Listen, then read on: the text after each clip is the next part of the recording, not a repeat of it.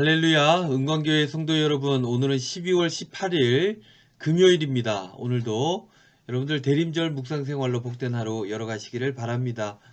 오늘 묵상의 제목은요, 집의 빗장을 엽니다 입니다. 오늘의 인물은 신약성경 사도행전에 나오죠. 루디아입니다. 두아디라 성에 살던 자색 옷감 장사입니다. 이 바울에게 말씀을 전해 듣고 바울의 전도로 인하여서 유럽의 최초의 신자가 되었던 사람이 바로 이 루디아죠. 이분이 오늘의 인물입니다.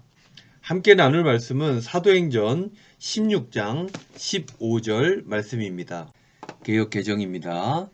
그와 그 집이 다 세례를 받고 우리에게 청하여 이르되 만일 나를 주 믿는 자로 알거든 내 집에 들어와 유하라 하고 강권하여 머물게 하니라.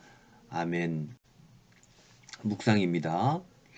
초대교회의 가장 놀라운 점 중 하나는 혁명적인 관계를 형성했다는 것입니다.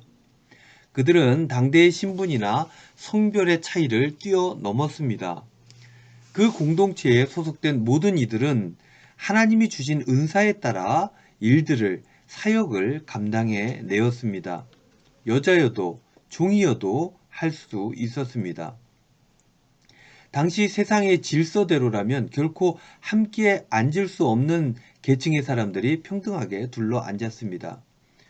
그런 공동체 안에는 루디아도 있었습니다. 루디아는 자주 장사였습니다. 그녀의 고향인 두아디라는 예로부터 자주 색실 염색으로 유명했습니다. 자주빛 염료는 지중해 연안에서만 잡히는 희귀한 달팽이로부터 얻을 수 있었는데 한 마리당 정말 소량밖에 얻을 수 없어서 작은 실 한 타래를 염색하려고 해도 어마어마한 양의 달팽이가 필요했다고 하죠.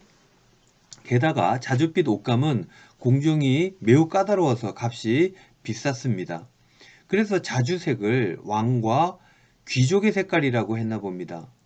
워낙 이윤이 남는 장사이니 필시 집마다 대대로 내려오는 비법이 있었을 것이고 상업에 종사했던 루디아는 평범한 가정을 가진 여인은 아니었을 것입니다. 아마도 루디아의 집은 귀부인들을 위한 특별한 공간이었을 가능성이 크다는 것이죠. 루디아는 예수님에 대한 이 얘기를 자신의 집에 드나드는 귀부인들에게서 전해 들었을지도 모르겠습니다. 루디아는 하나님을 경외하는 헬라인이었죠. 그러니까 유대교로 개종하지는 않았지만 유대인들의 율법에 관심이 있었고 이를 귀히 여기며 묵상했습니다. 그러니 예수님에 대한 얘기를 들었을 때 아마도 귀가 솔깃했을 것입니다.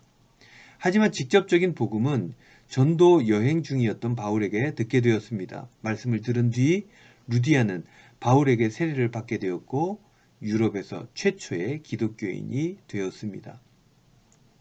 이 구원의 기쁨에 루디아는 바울 일행을 집으로 초대했습니다. 어디 그뿐이었겠습니까?